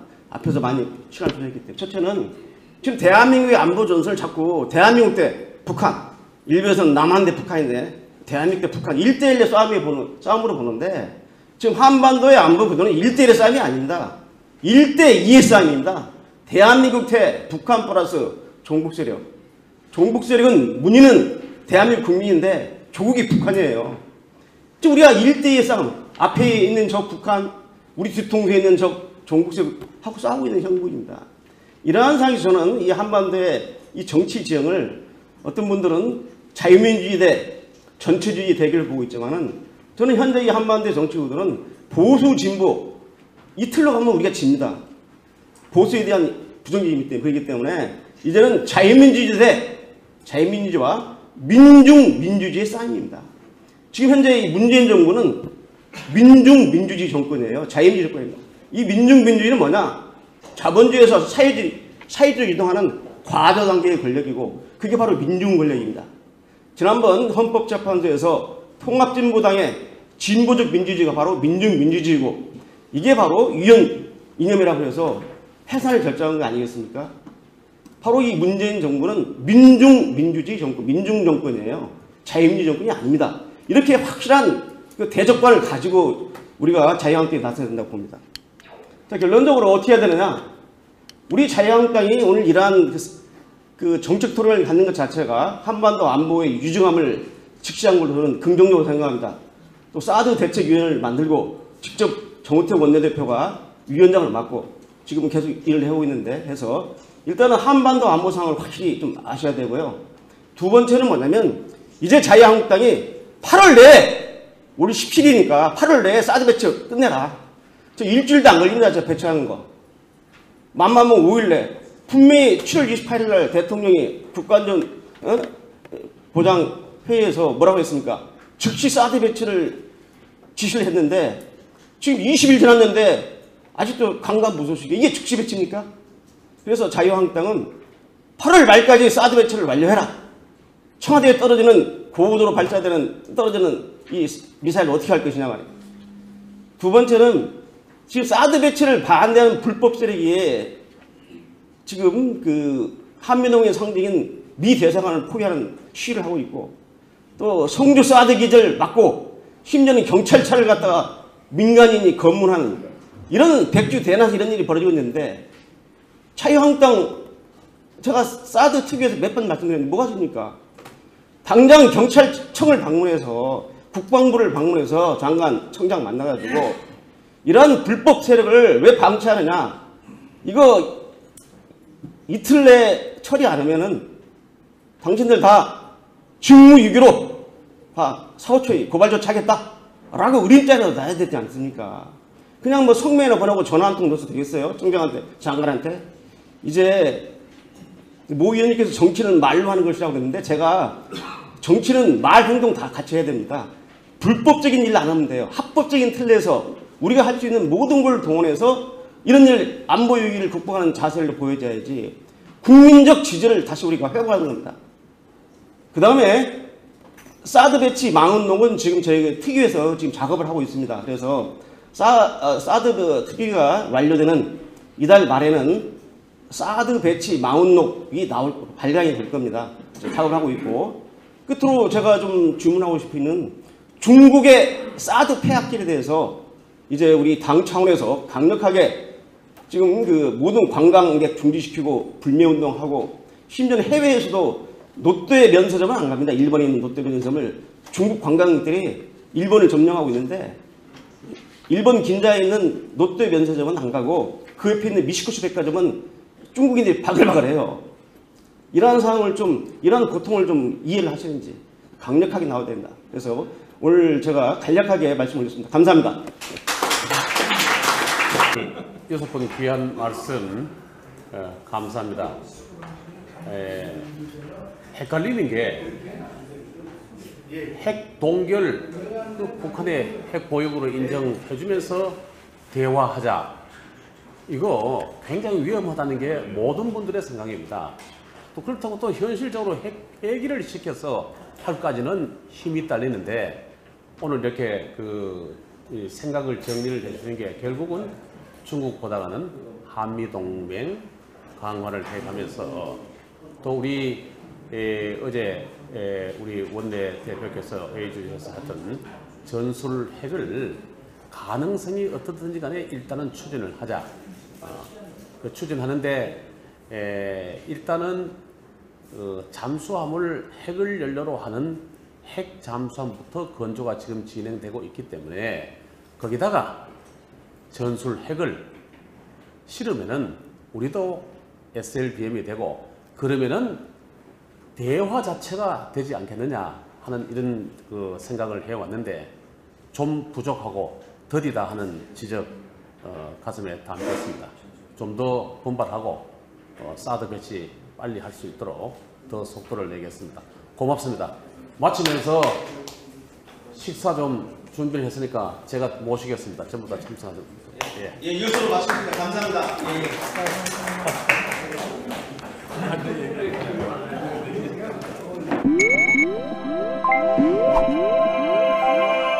에 도달하게 되었다라는 것이 위기의 본질입니다.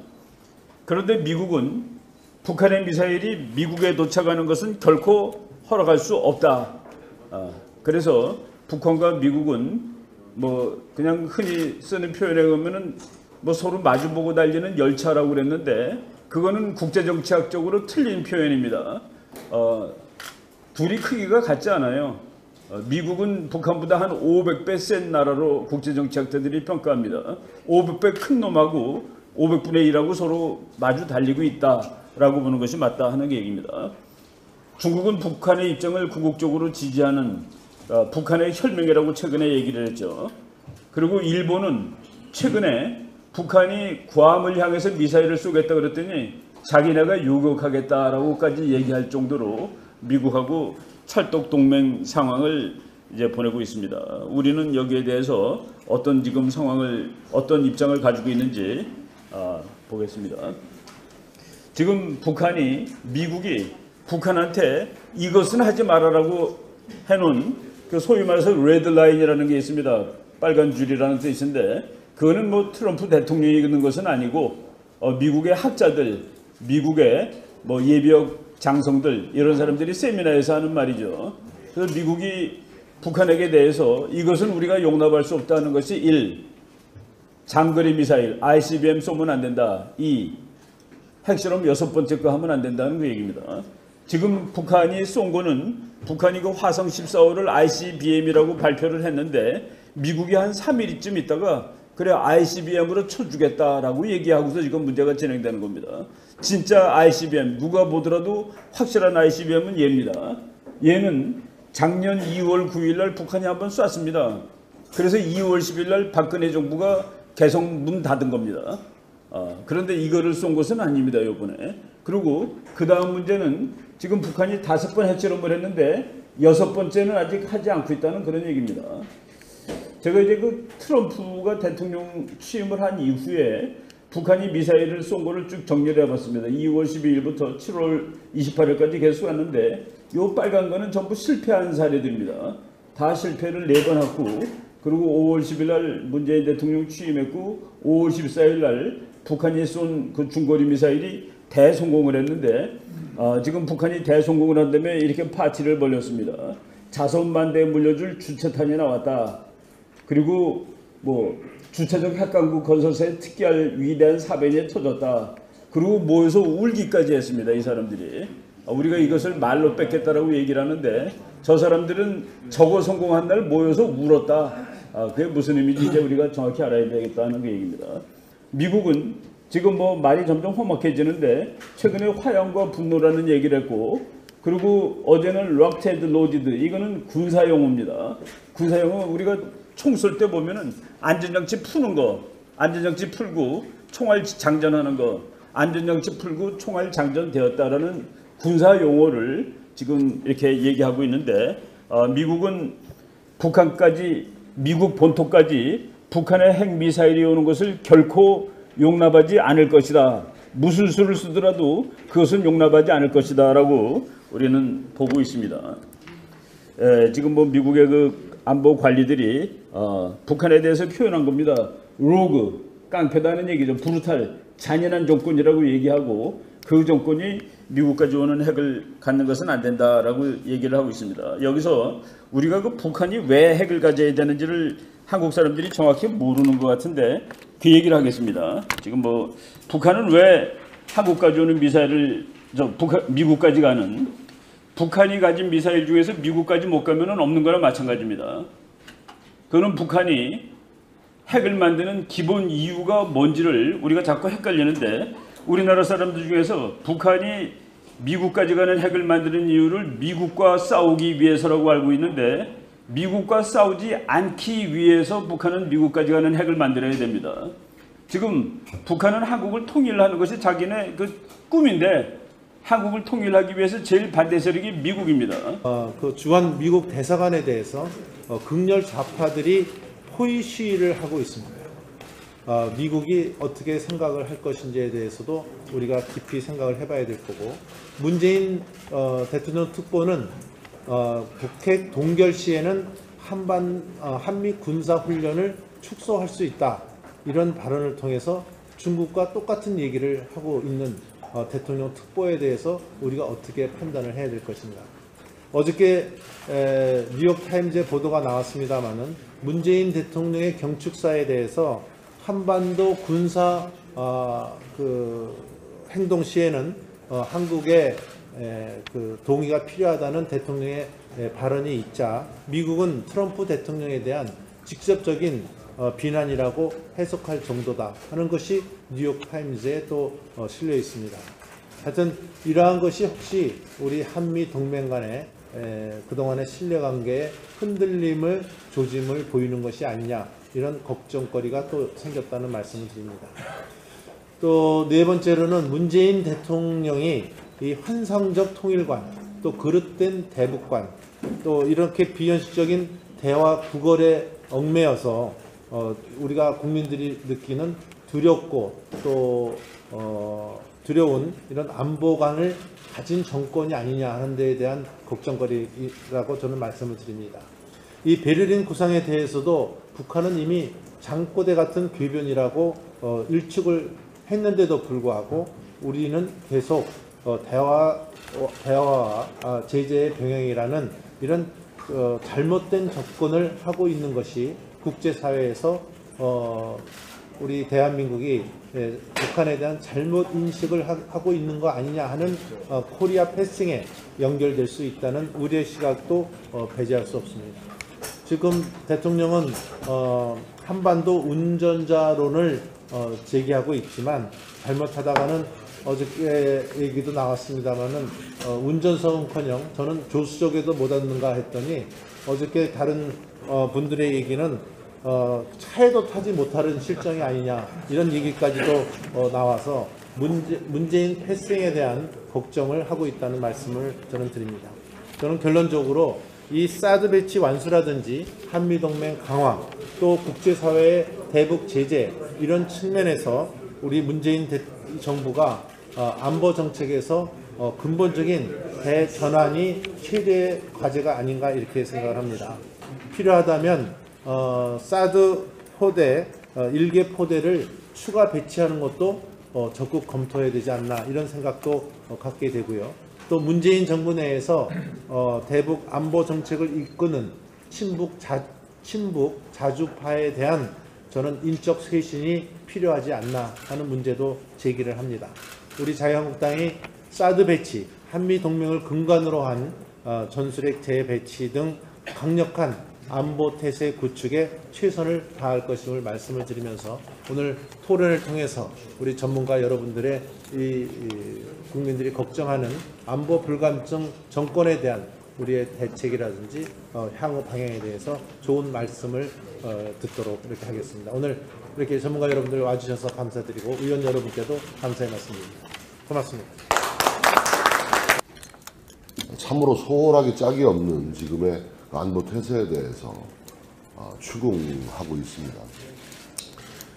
지금 사실 작금의 한반도의 안보 상황은 특히 한미 동맹을 근간으로 한 우리의 안보 태세는 그 패러다임 자체가 저는 크게 바뀌었다고 생각을 합니다. 한반도의 안보 체계의 패러다임이 매우 크게 전환되었다. 그러니까 52년도 6.25 전쟁 직후에 체결된 한미 상호 방위 조약이라는 것은 그러니까 한반도의 남한, 국지적인 위협에 대해서 미국이 우리를 군사적으로 도와주는 것이죠. 근데 북한이 ICBM을 개발하고 실전 배치 상황까지 간 상황에는 완전히 패러다임이 바뀌는 거죠. 국지적인 위협이 아니라 미국은 본토에 대한 직접적인 위협을 느끼는 거기다가 핵 미사일을 실으면은 SLBM이 된다, 핵 재배치가 된다 이렇게 생각합니다. 앞으로 이게 어떻게 추진해 나갈 것인가 하는 것에 대해서 곧 또 앞에 계시는 여러분들 모시고 또 토론회를 해서 하나하나 국민과 대화해 나가도록 하겠습니다. 정말 어려운 가운데 와주신 우리 이충군 이화여대 교수님, 이무성 명지대학 교수님, 유동열 우리 굳건하게 자유민주주의를 지켜주고 계시는 민주연구원의 자유민주연구원의 원장님 발제해 주셔서 정말 감사 말씀드립니다. 발제 못지않게 오늘 김서구 전 통일부 차관님 오셨는데요. 박관영 전 의장님하고 NDI 이 국가발전 포럼을 연구소를 만들어서 포럼을 지금 해오고 계시는 분입니다. 재성호 주황자 교수님, 조용기 고려대학 교수님 감사의 말씀드리고 앞으로 계속 좋은 말씀 듣고 저희들 공부해서 대정부 질문 이런 데 임하도록 하겠습니다. 오늘 함께 이렇게 주최해 주신 의원님들과 특별히 오늘 전체를 경제적으로 지원해주고 돈을 대주신 김대식 여의도 연구 원장님께 감사의 말씀을 드립니다. 시간이 좀 흘렀습니다만은 이철우 정보위원장님하고 또 최고위원이니까 짧게 뭐 좋은 정보 있으면 하나 좀 해주십시오. 네. 현재 여당과 정부에 맡겨놔서는 나라가 제대로 될 것 같지 않다. 그래서 안보만은 여야 정 협의체를 만들자 이렇게 제안을 해놨습니다. 그래 아직까지 아무 대답이 없습니다. 제가 사드 지역의 김천 지역의 국회의원입니다. 그래서 사드가 배치되면 그 지역에 들어가서 살겠다 이래서 최근에 재원차 구한 거나 여러 사람이 집을 한 채를 구했습니다. 그래서 오늘 아침에도 거기서 나와서 오는데 주민들 만나면 이런 이야기를 합니다. 전자파가 영향이 없을 정도로 미미하게 나왔다. 그렇게 이야기하니까 현재 포대 6개 중에 2개만 배치되었기 때문에 적게 나왔지 4개 더 배치되면 많이 나온다. 이렇게 이야기합니다. 이렇게 주민들을 교육을 시키고 있습니다.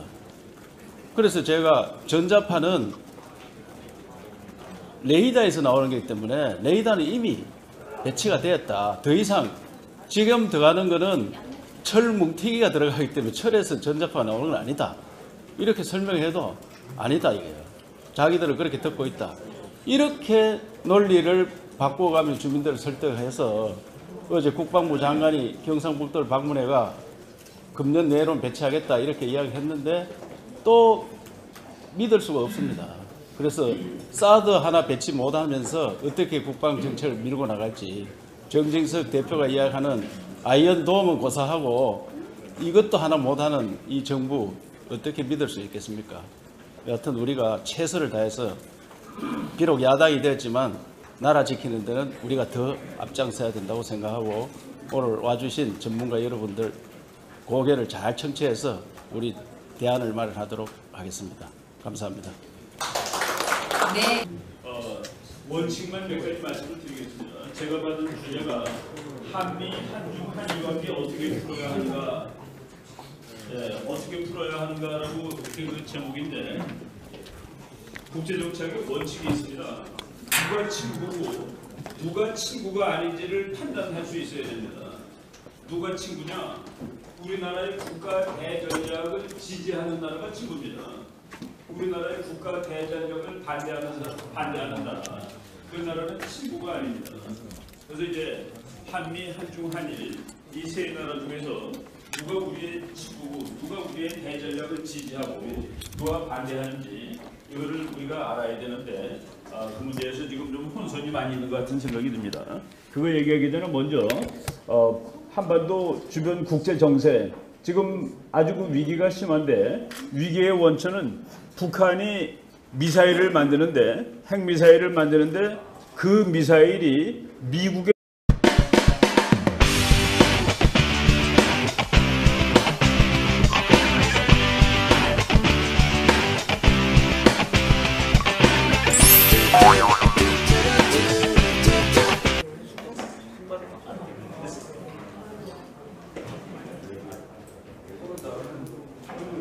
국제정책 평가에 이어서 오늘은 외교통일 국방 분야 토론회입니다. 이 토론회의 사회를 맡은 저는 자유한국당 국회의원 신보라입니다. 만나서 반갑습니다. 네, 오늘은 문재인 정부의 외교통일 국방정책 이대로 좋은가라는 제목으로 각 분야의 저명하신 분들을 어렵게 모시고 토론회를 진행하게 되었습니다. 네, 우리가 어제부터 문재인 정부 100일에 대해서 릴레이 토론회를 계속하고 있습니다. 어제는 조세 정책에 대해서 토론했습니다만은 오늘은 외교, 국방, 안보에 대해서 전문가 여러분들을 모시고 또 우리 의원님들과 심도 깊은 토론회가 개최될 것으로 이렇게 기대를 하고 있습니다. 어제 저희 자유한국당은 의원총회를 열고 의원들의 만장일치로 전술핵 배치를 당론으로 결정을 했습니다. 이것의 의미는 급변하는 동북아 정세에서 우리의 생존권을 보장하는 중장기적 전략에서 저는 의미가 있다고 저는 생각을 하고 있습니다. 전술핵 배치에 대해서 실현 가능성에 대해서 여러 가지 논란이 있긴 합니다만은 저희들이 이 과정에서 저는 미국과 중국이 어떠한 반응을 보일 것인가에 대해서 주의 깊게 관찰을 해 나갈 것입니다. 문재인 대통령도 트럼프 미국 대통령과의 정상 통화에서 원자력 추진 잠수함 도입에 대해서 언급을 한 바 있고 어제 이낙연 총리도 필요성에 대해서 공감하는 말씀을 한 바가 있습니다. 이것에 대해서 관심을 갖고 앞으로 전술핵 배치에 대한 논의에서 많은 전문가들과 또 앞으로의 여론 형성에 우리 당이 기여를 해 나갈 것이다 하는 말씀을 드리겠습니다. 두 번째로 지금 정부 저희 오늘 100일 정부 출범에 대한 토론회가 됩니다만은 이 분야에 대해서는 저희들은 한마디로 안보는 먹통이고 또 북핵은 무능이다 하는 100일 평가를 내릴 수밖에 없다 이런 말씀을 드립니다. 대통령 스스로도 6.25 이후에 최대의 위기라고 얘기를 하고 있지만 저희들은 정작 6.25 이후에 최대의 안보 무능 정권이다. 이런 생각을 하지 않을 수 없다. 이렇게 생각합니다. 그 이유는 전자파와 소음이 검출이 안 됐는데도 사소한 이유로 사드 배치를 지금까지 전혀 추진 없이 지연하고 있다는 점. 두 번째는 성주 골프장 일대에는 아직도 사실상 국가 공권력의 마비 상태가 벌어지고 있다는 점. 또 강경화 장관, 또 문재인 대통령 특보, 또 조명균 통일부 장관, 또 정의용 국가안보실장 등 외교 안보 라인이 북핵 경험이 없는 이런 실패한 그 자주파들이 포진을 하고 있다는 점도 우리의 시각을 갖고 있습니다. 가장 백미는 그 북한의 ICBM이 발사되어 있는데도 불구하고 외국과 정상과의 그 정상 통화는커녕 오대산에서 SNS를 통해서 관광객과 사진을 찍고 있는 대통령의 모습이 국민들 눈에는 안보 불감증의 정권에 대한 우려의 시각을 나타내는 백미였다. 저는 이렇게 생각합니다.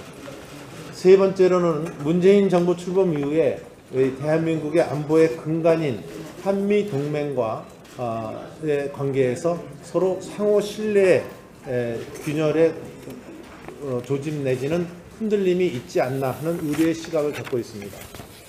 지금 대한민국 건국 이래 세종로에 있는 상황으로 바뀐 거거든요. 그러니까 저희는 우리 대표 교수도 한미 동맹 강화를 말씀하셨는데 이 52년도에 체결된 국지적 위협을 근간으로 한 한미 방위 상호 조약을 좀 더 강화하는 쪽으로 개정해야 된다. 예를 들어서 미국과 네토 간의 이 조약은 즉시 개입이 돼 있어요. 자동 개입이.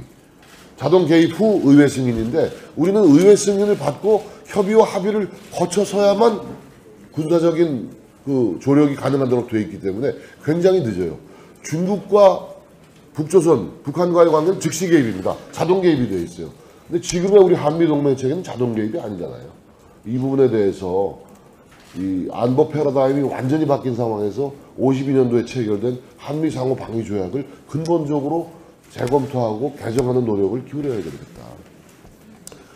그리고 이제 국민들이 불안해하는 게 이제 과연 핵전쟁이 터질까 말까도 하겠지만 사실 제가 불안해하는 것은 그 북한의 장사정포, 다한발 로켓포 이게 불안합니다.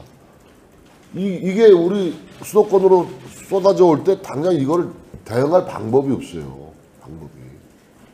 패트리엇으로 뭐 이걸 뭐 막는다? 수천 발 보유하고 있는데 이걸 막을 방법이 없는데 얼마 전에 우리 동료 의원님 한 분이 이스라엘 가가지고 아이언돔이라는 방어 체계에 대해서 공부를 하고 오셨더라고요. 그래서 제가 그 국방부에도 이 사드 체계 배치에 그 경비도 20분의 1밖에 듣질 않아요. 이스라엘과 헤즈볼라가 싸울 때 헤즈볼라가 하루에 3,000발의 미사일을 쏘았어요. 이스라엘의 피해가 딱 3명 죽었습니다. 이거 엄청난 효과가 있는 거거든요. 그러니까 이스라엘이 보유하고 있는 아이언돔 같은 그런 어떤 새로운 전략 자산 같은 거를 우리가 좀 새로운 개념으로 좀 고민해 볼 필요가 있다. 이렇게 생각합니다. 그리고 지금 패트리어트 2하고 3가 있는데 패트리어트 3는 미사일 저격 기능이 있는 겁니다. 그래서 그건 미군 부대에만 배치되어 있는데 패트리어트 2는 우리가 구입한 거예요. 독일산. 미사일 요격 기능이 없는 독일산 패트리어트 2입니다. 그때 우리가 패트리어트 3를 미국서부터 들여오자고 하니까 시민단체가 반대했어요. 들어놓았어요. 그리고 할 수 없이 독일산 패트리어트 2를 들여왔는데 이건 완전 무용지물이 돼버린 겁니다. 그래서 팩3 체계로 새로이 완비하는 거 이런 것도 우리가 빨리 대비태세를 좀 갖춰야겠다 생각합니다. 국민들이 많이 불안해하고 있고 우리는 전통적인 안보의 최우선 가치를 두은 정당으로서 국민들의 불안을 하루속히 해소할 수 있는 모든 노력, 최선의 노력을 다해야 되었다고 생각하고 오늘 세미나에 임하겠습니다. 감사합니다. 어제 오늘 저희 국민의 입장에서 문재인 얘기를 평가하기 위해서 자유한국당에서 귀한 분들 모시고 이렇게 모임을 하고 있습니다. 어제 한 거는 먹고 사는 문제 얘기를 했습니다. 오늘은 죽느냐 사느냐 하는 안보, 외교, 통일 문제입니다.